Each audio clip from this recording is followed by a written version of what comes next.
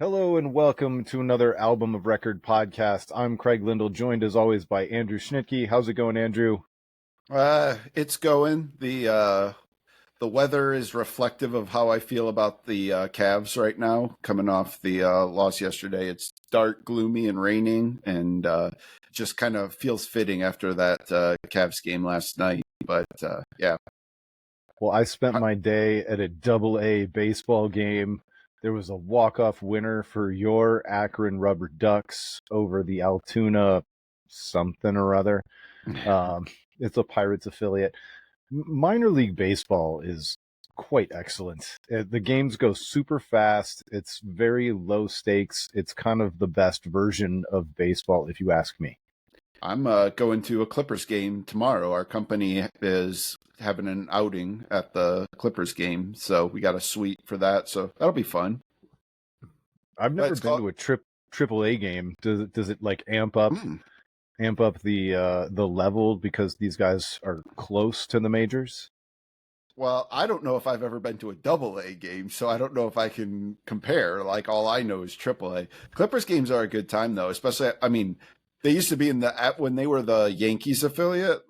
They were in the just most rundown, decrepit stadium ever. It was awful.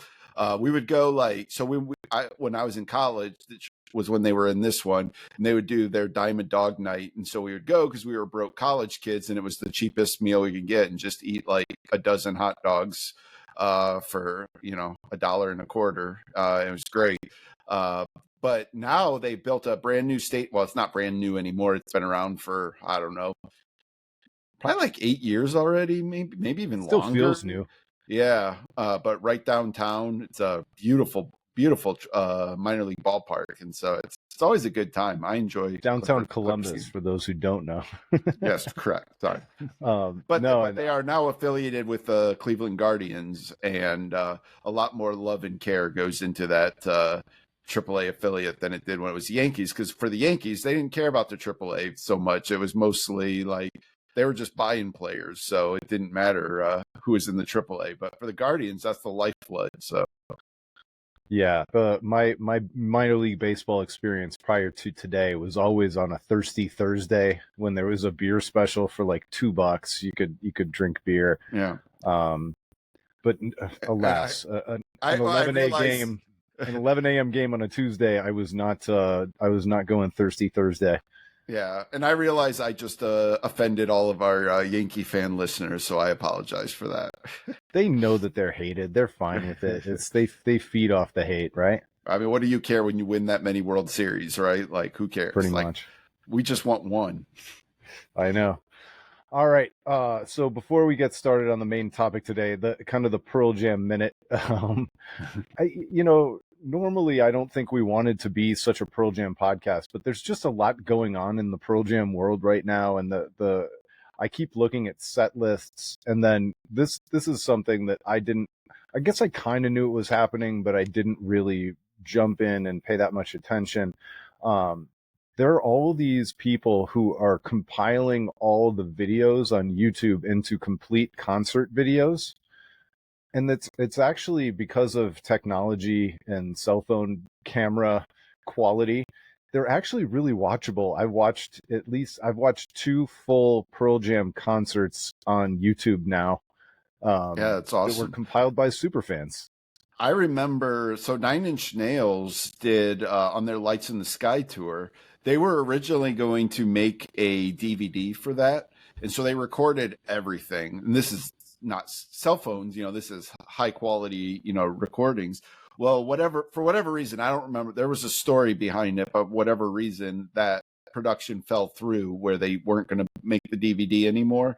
And so 9 Inch Nails actually released all the raw footage. They just put it on a cloud drive and said, have at it. And the fans put together and started doing that, where they're piecing together the cuts and like putting together really awesome concert. And there's some incredible videos out there still on YouTube to this day that you can find, that you can watch from that tour, and they're phenomenal. And that's brilliant. I realized the connection now that you had sent me was that Rob Sheridan, who did the production design for that night, for the Lights in the Sky tour for Nine Inch Nails, which I've often cited as one of my all-time favorite concert experiences. He actually did the production design for this current Pearl Jam tour, which is, for anybody who hasn't seen, is very unique for Pearl Jam, especially. Like, Pearl Jam has always been the band that just went out there, and other than maybe some starting lineup figurines on Jeff's bass amp, a few random props here and there, but for the most part, it's just been the band just would go out and play. Well, they've incorporated a big screen, and it's coordinated, and Ed can write on a projector that shows on the screen. There's like all kinds of cool stuff they're doing with that. Ed's writing a special message to every city for every show on that projector that then goes on the screen. And Rob Sheridan did that one as well. So he's definitely, if you can get Rob Sheridan to put together a set design, a production design for your tour, I mean, you're doing pretty good for yourself.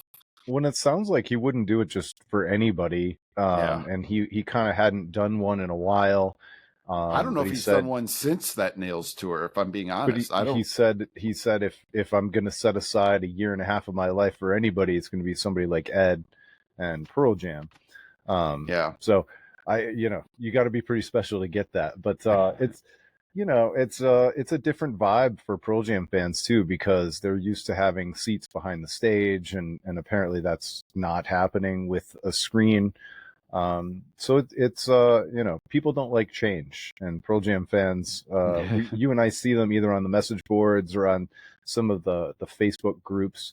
It's kind of funny to me that Pearl Jam fans exist in Facebook groups, but that's the world we're living in the age range of Pearl Jam fans in 2024.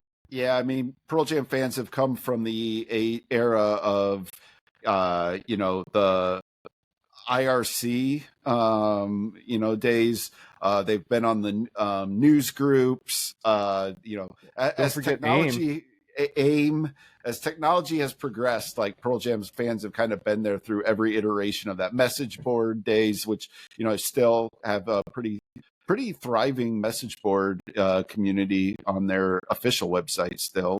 So yeah, but now the latest is now they're using Twitter and social media and talking about Pearl Jam's new technology. I think it's cool too. Not to get too much into this, but I think it's interesting too that Pearl Jam's doing the set list differently than how they've typically done them. There's definitely set sections. So you get your opening set of unique songs that's where they're really putting a lot of the sort of unique stuff. Then you get to the Dark Matter section where they play the first 4 tracks in order, and then they throw in some staples, and then you get a second sort of Dark Matter where you're going to get that's where you're going to get Stevie or Upper Hand, Got to Give, something, things like that. Then they go into their more traditional encore closing set, and then they end with Setting Sun. And that's been every single night. And I know that again, like you said, I mean, I'm sure there's people who are like, man, I miss the days when every show was 100% unique.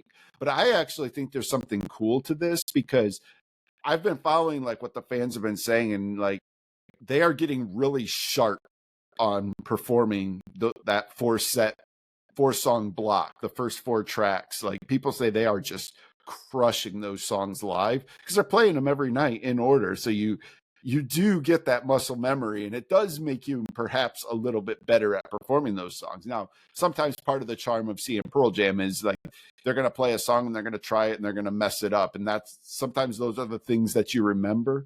But I think it's cool that they're kind of honing their craft a little bit on this tour. Well, and even beyond that, and I think you and I have talked about this already, but you've got to sell the new material.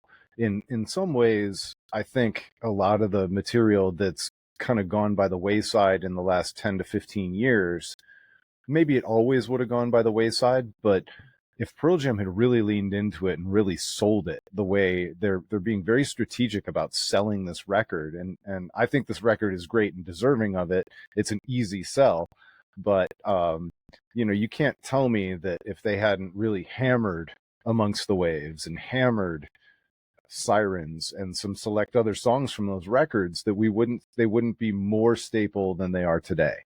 Yeah. for sure. So Because I think there might be entire records by the end of this tour that don't have a single song played from them. I'm trying to think if they have played anything yet off Riot Act or Backspacer. I don't think they've played anything from Backspacer. Have they played anything from Lightning Bolt?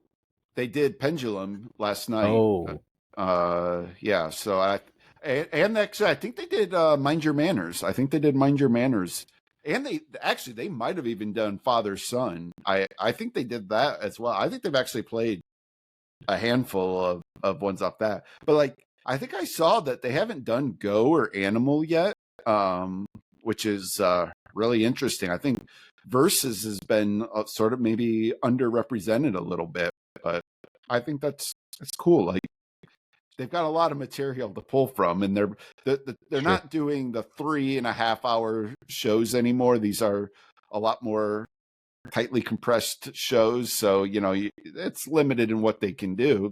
I just think it's interesting. I think it's Pearl Jam's been doing this for so long. I just think it's cool that 30 years in, they're like, you know what, let's just try something different on this tour, and I'm excited to see it. So yeah, all right, I'm pulling it up. They've played Lightning Bolt, Binaural, Gigaton, Versus, No Code, Lost Dogs, Vitalogy, Yield, 10, Dark Matter. So no Riot Act. No Riot Act. Nothing off Avocado either? Is that right? I don't remember you saying that. Doesn't appear so. No. Nope. Huh. Wow. Okay. Well, yeah, I guess, like, trying to think of what they would potentially play off of that. They Life Wasted, maybe. Parachutes.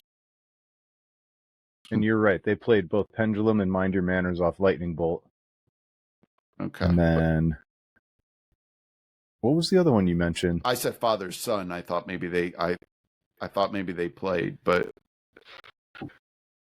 I thought like on the first show even maybe, but I could be mistaken. Yeah. Well, anyway, I'm looking at setlist.fm. Yeah. All right. Next topic for us, unfortunately, is the passing of Steve Albini.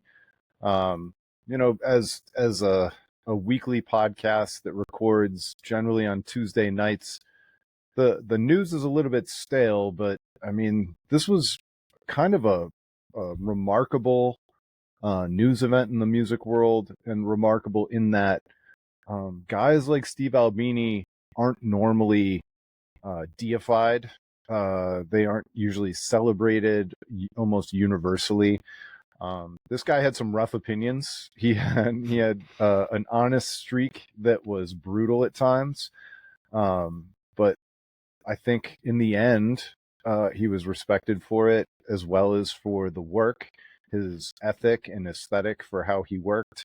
Most notably, he never took points on some of the most famous records he ever worked on, because he felt like he deserved his flat fee as a professional. He should be paid like a plumber for the job. And then when it was done, it was done. And the artists, the guitarists, the singers, the writers, they deserved all the long-term benefits. You and I have already talked about Steve Albini a little bit here and there, just based on some of our bands that we've enjoyed. So with that, I'll kind of give you the floor. It's interesting because Steve Albini is one of the more famous people who served like every level of the music industry. He was an artist. He performed in several notable bands: Big Black, Shellac, another band which I don't know if it's appropriate for me to say their name. This was back in his self-described edgelord days. Rape Man was the one band. So he served as a musician. Served as he didn't like the term producer. He preferred audio engineer, or engineer. So he served that role. He served as music critic.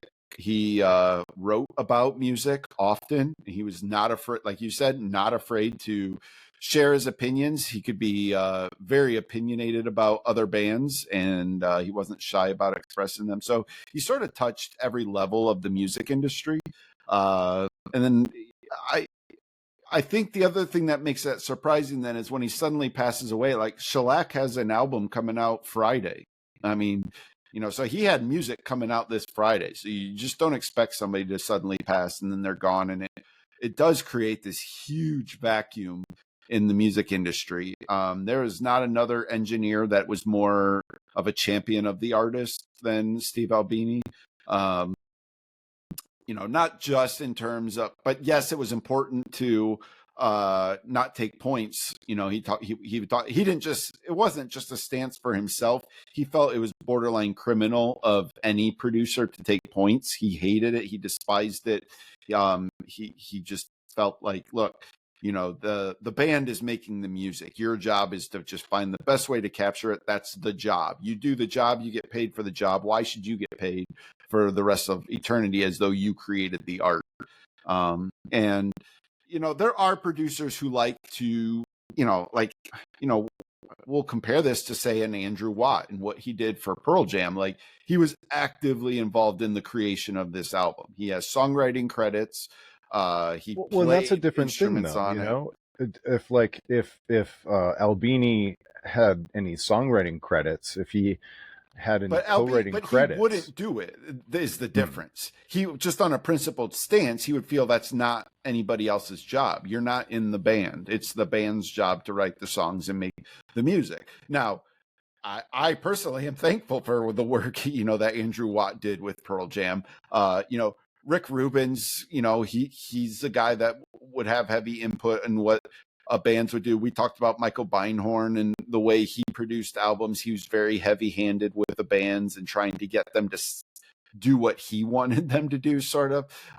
And Albini just felt that wasn't the role. Like, that's not your job, and that's fine. Like, that's his opinion. But in addition, just to that principled stance, he was also an outspoken critic of the entire way the music industry works. He was an advocate for bands of not signing deal memos.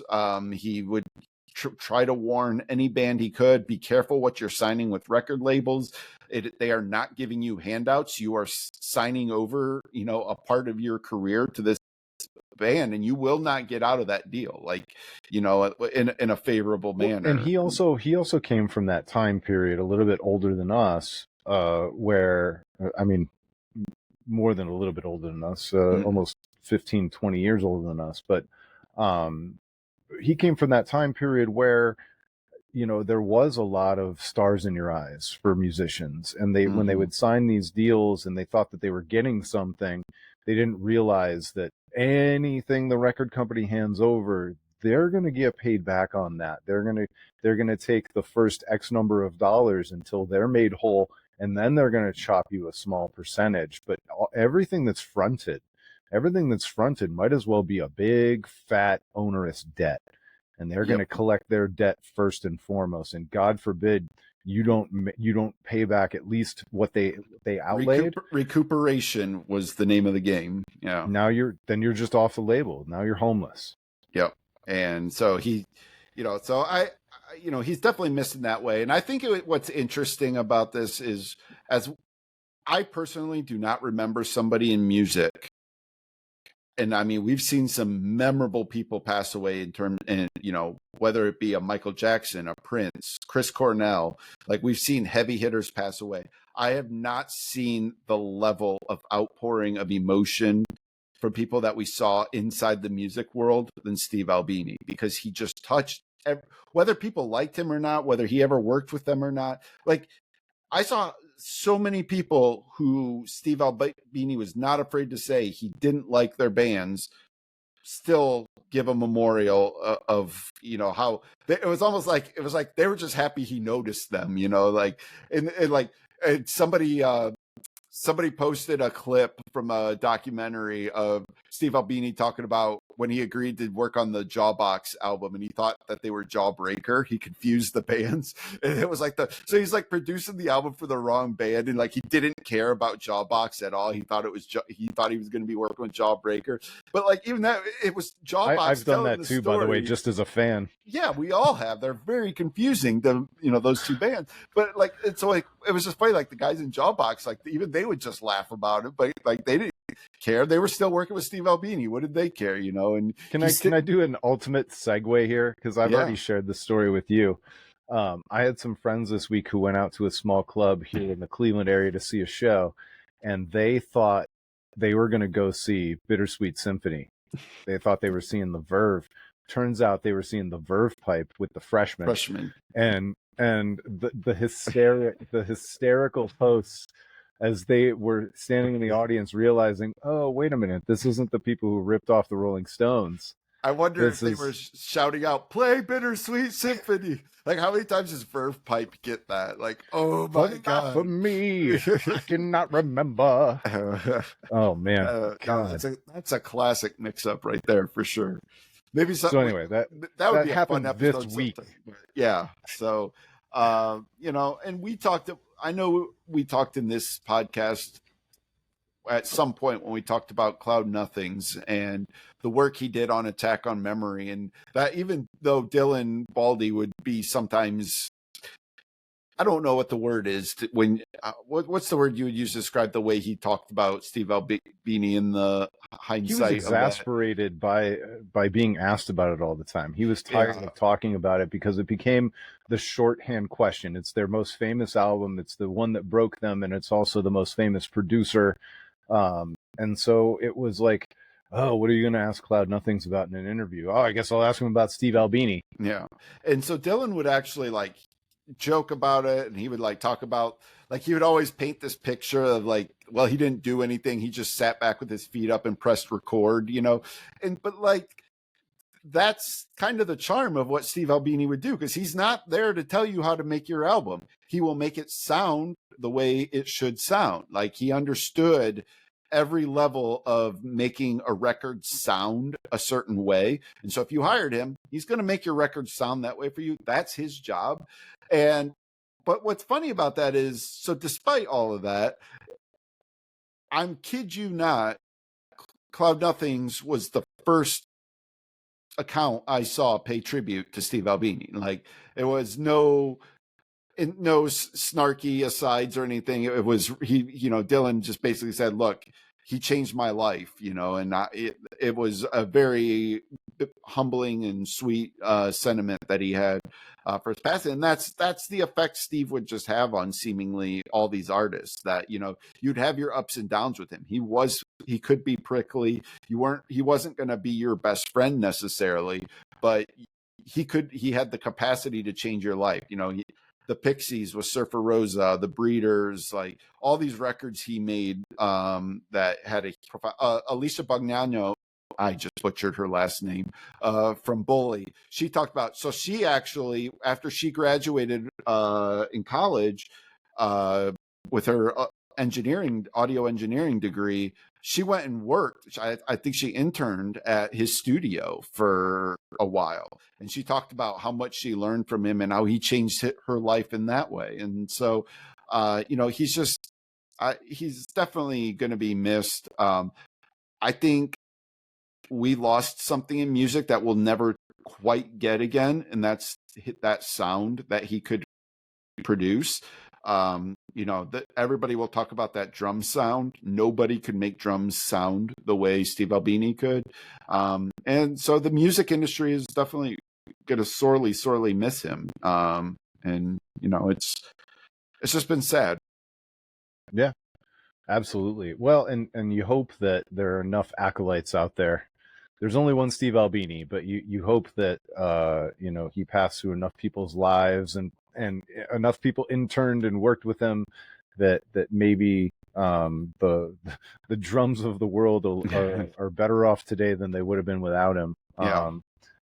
You know, it's one of those shocking things, you know, somebody's car crash, heart attack, one of those things. It takes everybody by surprise.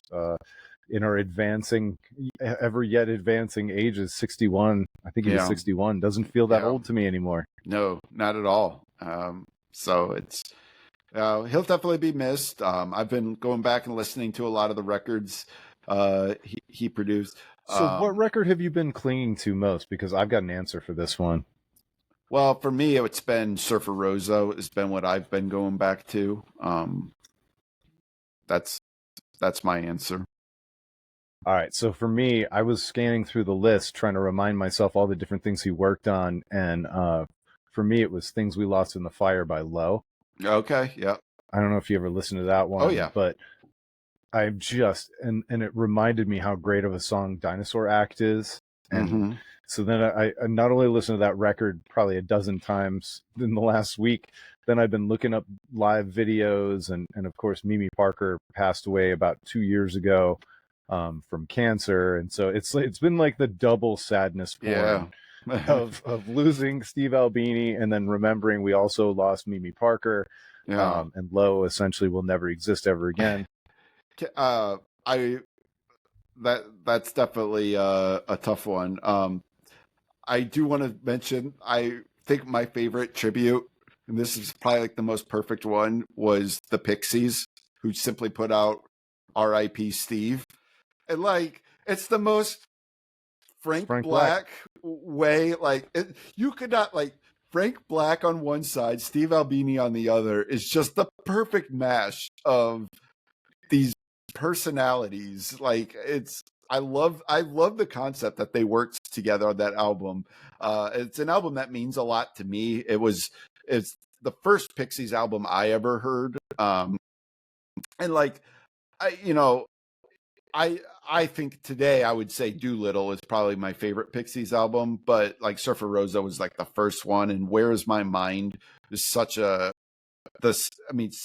incredible sound. And like, I discovered that before I knew anything about Steve Albini. I didn't know who produced that album, but that's kind of when you understand, when you hear people talk about it, you're like, oh, that makes sense why like that album sounds the way it does. Like, it sounds so like, if you listen to Doolittle and Surfer Rosa back to back, like, it's dramatically different sounds. And well, and the sound of the snare at the beginning of Where Is My Mind is just it's so perfect. yeah. And it if one hit of one instrument could kind of describe Steve Albini, Yeah. that's a really stupid thing to say, but it might be that one. Yeah, I don't for know. sure. That's a good one.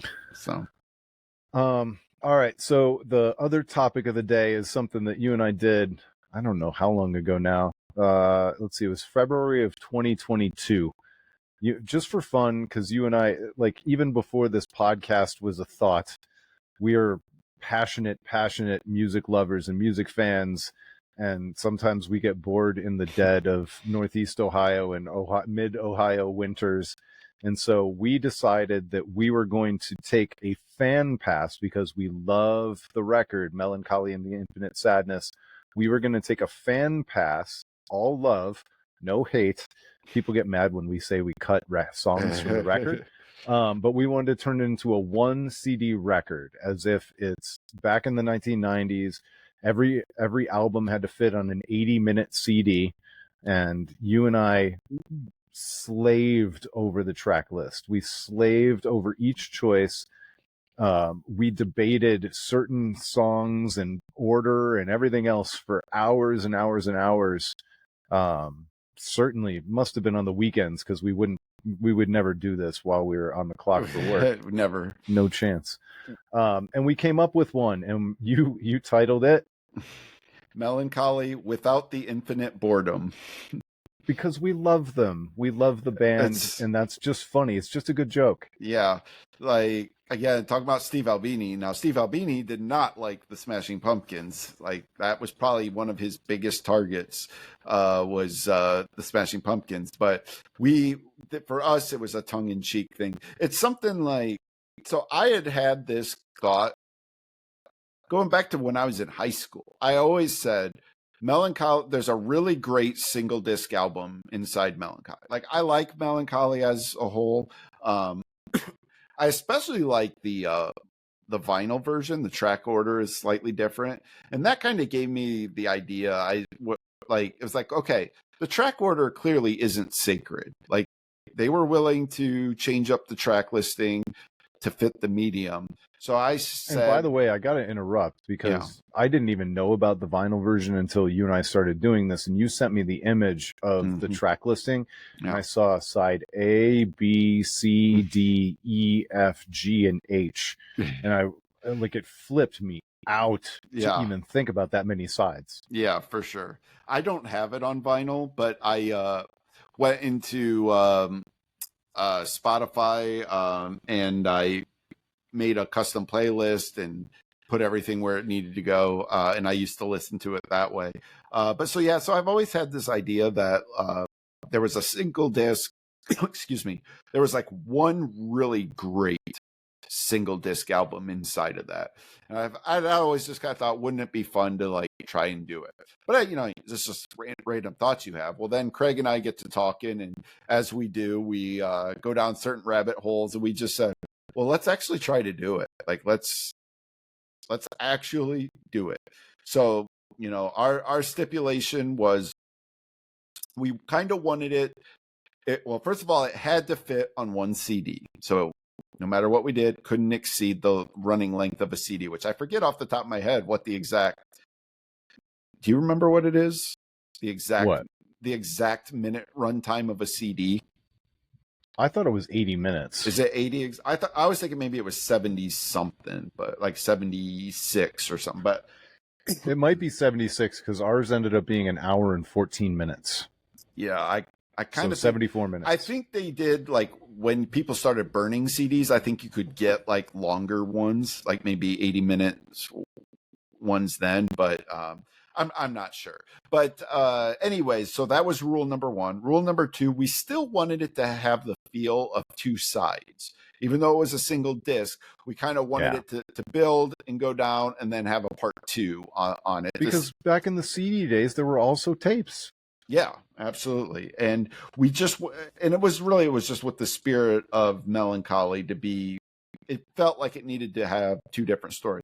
But after that, it was pretty much fair game. And so I think we started, I don't know, I can't really even remember anymore, like how like the first draft went, if we each did a first draft or if we were working together on a collaborative draft.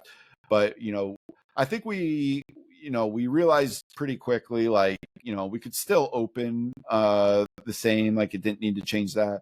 But we started putting the pieces together and moving things.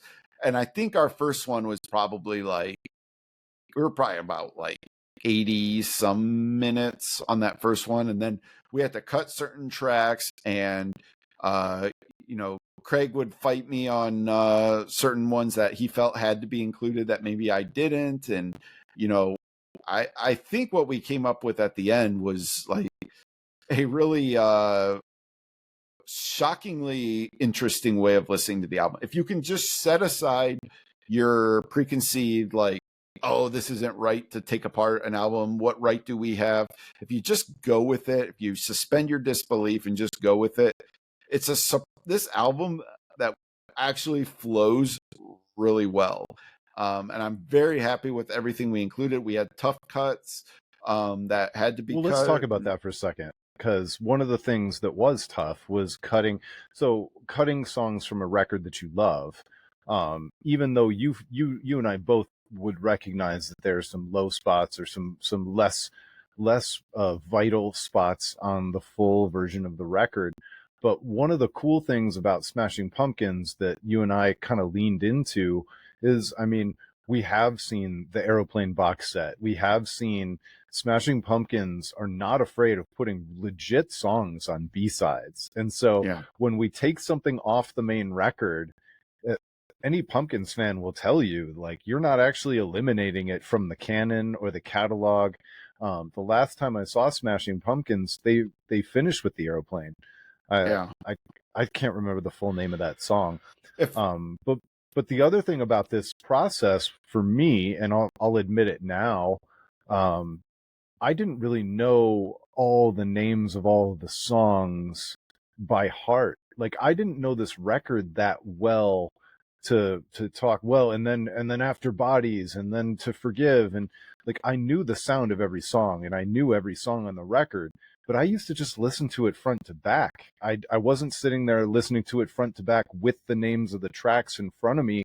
It was just something I listened to. So I actually had to learn all the names of the songs that I knew by heart in order to kind of go back. And so for me, it was an opportunity to really relearn this entire record and think of it in a completely new way. Yeah, which we definitely had to do in order to sequence the tracks in a way that made sense. Like I knew I remember one thing I had, like I put my foot down, I wasn't going to budge on, was that 33 had to be the third track on it. I it kills me to this day on the real version or on the CD version and the version that you will primarily get on Spotify, that 33 is like buried in the second half of the album, and it makes no sense why that track is back there. It is the perfect track 3 for an album.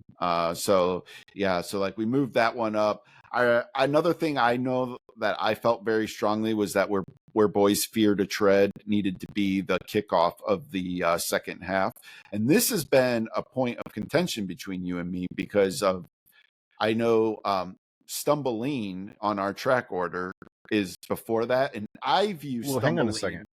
We're getting too far ahead. Okay. People, you and I are staring at the track list. These people haven't heard it at all. So side 1, we open with Melancholy, just like the regular record. Tonight, number 2. 33 is number 3. Jelly Belly is number 4. That goes into Bodies, To Forgive, Here Is No Why, and the end of side 1 is Porcelina of the Vast Oceans. Because you and I, especially when we think every record needs to finish strong, and in this case, we thought every side should finish strong. So let's attack side 1 first. Well, but this is the issue, though, is that I think Stumbling is the closer of side 1. Oh. And this was something that we argued about. And so, in fact, I didn't want Stumbling on it. I felt that it didn't need to be on this at all. That was one of my ones that we cut. And you fought me. And for me, it's too good of a song because I love that song too much. And so I agreed, but then I wanted it to be the closer of side 1, but you felt that it made more sense as the opener of side 2, whereas I feel that Where Boys Fear to Tread is a natural opening track for the second side of the album. So we'll just preface it with that. So we disagree on where Stumbling falls on this, but I think, not really though. It's going to be in the same place. We just need to decide whether it's side 1 or side 2. That's correct. Yeah. But the things we do agree on in side 1, you do have your traditional, we start, with Melancholy and Tonight, and then into 33, you're getting sort of that natural buildup. And then we really hit the meat of that side with Jelly Belly, Bodies, To Forgive, and Here's No Why. I think those all like just really flow into each other really well. And then to your point, like Porcelina is sort of your crescendo of that. Now, I think the reason I personally, in this track order, think of Stumbling as almost a tag at the end of Porcelina. So I almost don't even view it as a separate track. I think it's just a natural, like, hey, here's Porcelina, leads into, and then Bodies is sort of the tag on the end of that, and then we go into side 2. I just kind of felt like Porcelina was such a crescendo that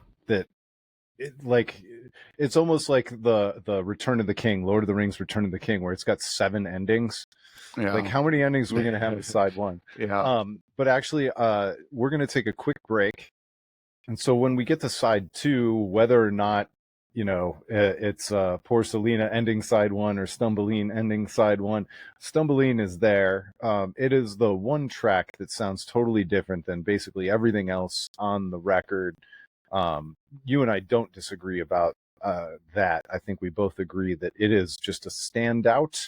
Standout is usually a good or a great thing, and it's a great song. But in a lot of ways, it doesn't fit the vibe of the record. I just love it too much to leave it out. Well, it's kind of like if you have an odd number of things and you want to divide it in half, you got the one that's in the middle. So that's kind of where Stumbling falls. If you're cutting this album in half, it's kind of stuck on both sides of it. But and then on the second half, why don't you take everybody through the second half track list? Yeah, so then we have Where Boys Fear to Tread, which goes into Tales of a Scorched Earth, Bullet with Butterfly Wings, Zero, An Ode to No One, Muzzle, 1979, and then we close with Through the Eyes of Ruby. And I was nervous about burying 1979, by the way. Yeah, I will talk about that in a second. Why I pushed for that one, but I think you could kind of see where we were going with this second half, like the whole where Boys Fear to Tread, Tales of a Scorched Earth, Bullet with Butterfly Wings, Zero, and An Ode to No One. Just a scathing section of this album, and I Hulk love smash. Yes. I love this stretch. When you compile and put those tracks all together and run them, like, it is just an awesome stretch of aggressive Smashing Pumpkins music. So I love that. And there's a case to be made that you should separate them and spread them out. But I'm with you, man. Like, back to back to back to back. Yep. And it really, like, because you're coming off of the building crescendo of Porcelina, you get the Stumbling tag, and then boom, we just hammer you for a good chunk of time. So I love that stretch of this album. And then Muzzle is like, I called this, I think I said this when we were doing this, I view Muzzle as like Smashing Pumpkins Corduroy. I feel like it's their version of Corduroy. You kind of compile everything Smashing Pumpkins do into one track. That's Muzzle. And then to me, 1979 is like your reprieve. This is your moment of reflection before you get to the end. And that's why. By the way, it's another track that, I mean, obviously it's one of the most famous tracks the band ever did. It's another one that doesn't fit cleanly in with the rest of the songs, and not in a bad way, but it's another standout. Yep. And so anywhere you put it is going to be a little bit tricky, but I like it as this. And I think of in Clerks 2, when they use that song, and it's when I think it's like at the moment when, like, towards the end of the movie, kind of, as like everything's already like going to hell and falling apart. It's like this like moment of breath, of reflection on like, how did we get here, and like where are we going to ultimately lead to in the closing chapter of that movie. And so for me, it only makes sense to do that here. And then we close with Through the Eyes of Ruby, which to me was a no-brainer way to close out this whole thing. Yeah, and it's interesting too, because when we set up the track list this way, I felt like it accentuated songs like Through the Eyes of Ruby and Porcelina. I think if you were to poll a bunch of rock fans, even those who were big fans of Today and the first couple Smashing Pumpkins records, how many of them would be able to name Porcelina? How many of them would be able to name Through the Eyes of Ruby? Right. And these songs, I don't think they got the same shine that the secondary songs on I called it Cherub Rock. Siamese Dream. Siamese Dream. The like Mayonnaise and Silver Fuck and all those songs on Siamese Dream, I think they're cherished because they were interspersed at a reasonable distance from the big hits. You could really compare this, not just because they're double albums, but it's very similar to The Fragile by Nine Inch Nails, The Wall by Pink Floyd. While yes, The Wall does have some huge singles, Comfortably Numb, Another Brick in the Wall, but at its core, like, those are viewed as albums. Like, the experience is as a whole, and you don't tend to think of the individual songs. There's so many Pink Floyd songs on The Wall that, like, you might see the title and not know which track that is, but when you heard it, you would know exactly where it comes in the placement of that album. And I feel the same way about The Fragile. I think there's a lot of songs on that people may not know by title, but when you hear it. And that's what's tricky about this, is because these songs are so identifiable in a place in an album. I think that's another reason it can be like, some people are not receptive to messing around with that order. But I would just say it's a fun exercise, and it really does teach you to listen to the album in a different way than what you ever have before. You're going to learn things about these songs that you maybe didn't think about when they were in their natural CD order. Yeah. So one of the things that you and I joked around with a little bit was, especially when we were talking about Stumbling, was that if you and I were back in the 90s and we were creating that one disc album, maybe we would have done the hidden track trick, where we would have done like 8 minutes of silence at the end of the final track, and then Stumbling would have been the hidden track, like Stone Temple Pilots did, or like Tool did on Undertow with the Cries of the Carrots. Man, that's one of those things that is completely lost and gone and basically forgotten in this day and age. Do you know that it was possible to put stuff before the start of a CD? No.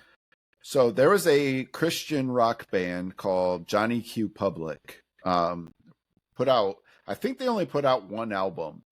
And it's a really good album, really good. Like, it holds up today. Like, I would have no problem recommending this, but you're not going to get this on Spotify because there's no way I don't think for the technology to work. But when you listen to their album on CD with headphones, the first thing you heard was a voice whispering. You restart the track, and what'd they say? And they're whispering, rewind, rewind. Like they're whispering rewind. And it was like, what? So if you hold rewind, not backtrack, but actual rewind, the time on your CD would go into the negatives, and there was a pre-hidden track. So I don't know how that technology worked, but they somehow preloaded a hidden track before you could even get to the album. So how cool is that? That was a thing. That's pretty amazing. I had no idea that was. I didn't know you could do that. But now I'm trying to imagine you've got the disc and you're ripping it to MP3. Is it just going to rip the 8 minutes, or is it going to skip those 4 minus minutes? I think it skipped them. I think because I feel like at one point confused the shit out of Winamp. Well, I feel like at one point I must have downloaded the album on MP3 off of like the days of downloading MP3s, because there was a time, I left my CDs behind and I didn't have CDs anymore, and it wasn't on streaming services, and I know I had it on MP3. But now I'm almost wondering if I ripped it myself, though. It's possible that I just ripped it myself, but it definitely did not have the preloaded thing on it. So, but it is on, I do believe it is on streaming now, because I'm pretty positive I've listened to it on Spotify. So check it out sometime. It's actually a very cool album. It's very good. All right, so let's go back.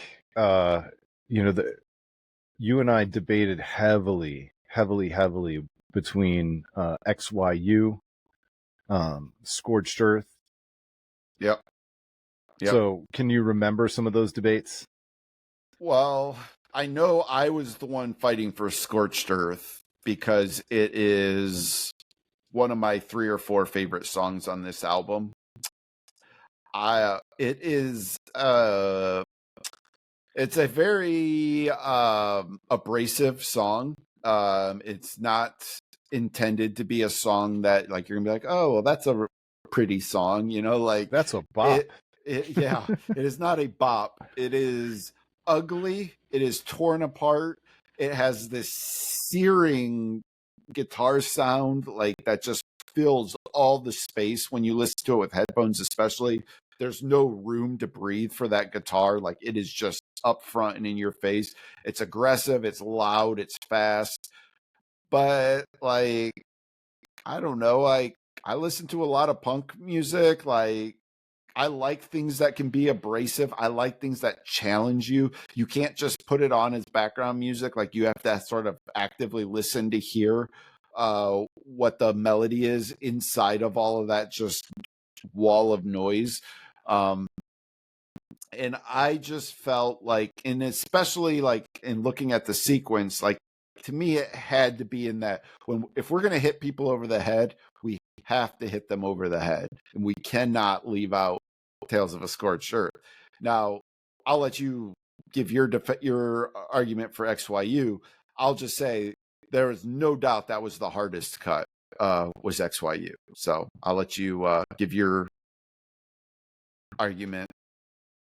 Yeah, I don't know. If for all of the punk stuff that you like personally, I felt like it was exactly that. It was more of like a personal choice, and you know, less like it served the record or it served the experience. And like I said earlier, cutting songs in the Smashing Pumpkins world isn't really erasing them from the universe. It's just a for this presentation. You'll have to buy another box set sometime in the future.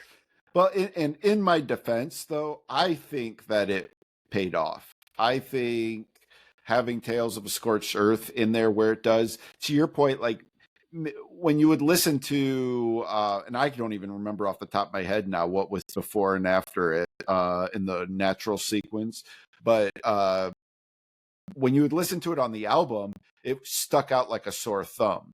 And so when 1979 Tales of a Scorched Earth Through the Eyes of Ruby. Yeah, so he's like, which is hysterical. And so I think, you know, when you're used to that being Tales of a Scorched Earth, you're like, well, that just doesn't make sense. Like, that's an easy one for us to discard. But my argument was it fits this stretch of what we're trying to do with this sequence of songs here. And I already loved the song. Like I said, it's one of my small handful of favorite songs in the album. But I think, you know, I really think if you listen to it, like, it's a way to gain an appreciation for what they did with that song and it's really great because the thing I love the most about it, you have this like aggressive, heavy, like loud song, and then it ends and it goes right into Bullet with Butterfly. So then you get The World is a Vampire coming right on the tail of it. And which is pretty perfect. That transition from the end of Scorched Earth into The World is a Vampire is so great. So some other tough cuts. We cut Love. It's a good song. I like that song. It's maybe not the best chorus of the band's career, but you know, that one wasn't easy for us to go, yeah, who needs that one? Yeah. No, I agree. I do like the song a lot, but it didn't feel essential to me. Another one that probably doesn't totally fit the vibe of the record. It stands out a little bit, but not in a way that it was absolutely vital for us, was Galapagos. It's kind of a dreamier pop song, a little bit slower. There's just no place to put it on this order. And it honestly, it doesn't really fit in the order of the actual album either. That's always been my problem with that song. To me, it just never made sense to be on the album. And then In the Arms of Sleep was another one.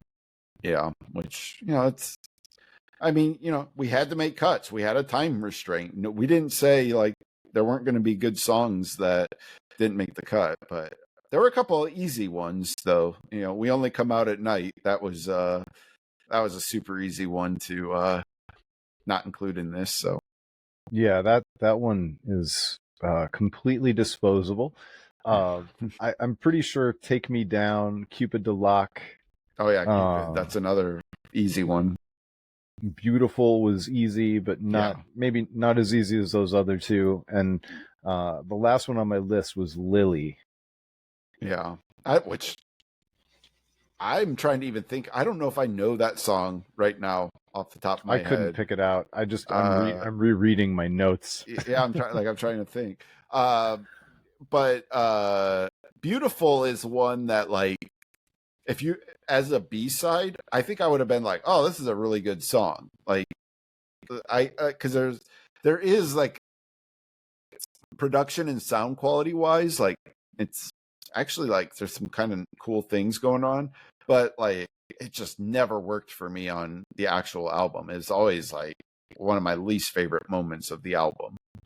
It was destined to be a B-side.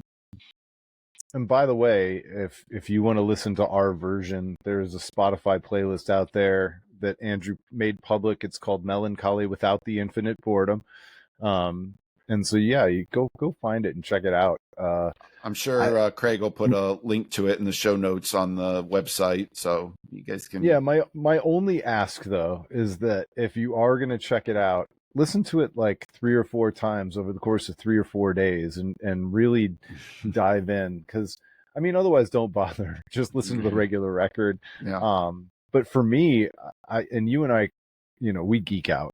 Where I don't think anybody listening to this podcast or watching us on YouTube needs to guess that we geek out hard. But after we did this became the version of Melancholy for me. It's pretty much the only way I listen to Melancholy anymore is this playlist. I have a hard time listening to the CD order. I've gone back to the vinyl order a couple times, but it does feel bloated. It just feels bloated in a way this doesn't.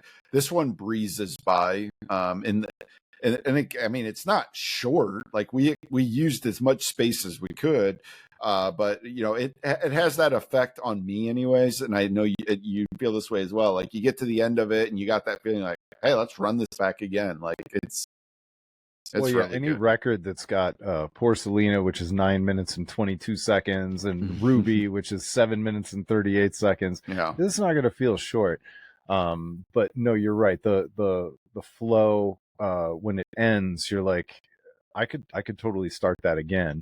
Yeah. Straight back into the piano notes of Melancholy. And yeah, I mean, have you ever gotten sick of Tonight or any of the big singles from Melancholy? Never. It's kind of funny because you could have asked me at some points of my life as a Pearl Jam fan, I would have said, I don't really need to hear a live right now. I certainly feel that way with Even Flow. That's sure. one for me. Oh, Jeremy too. I got really sick of Jeremy. Oh yeah. But I don't think, and some of these songs from Melancholy, especially 1979 and Tonight, were overplayed in the heyday of radio and MTV. Because especially I think Tonight, the video was just iconic. Yep. That was an amazing video. I never got sick of it. No, I never. No, so I'm trying to think of all the singles. It was Tonight, Bullet with Butterfly Wings, Zero, 1979.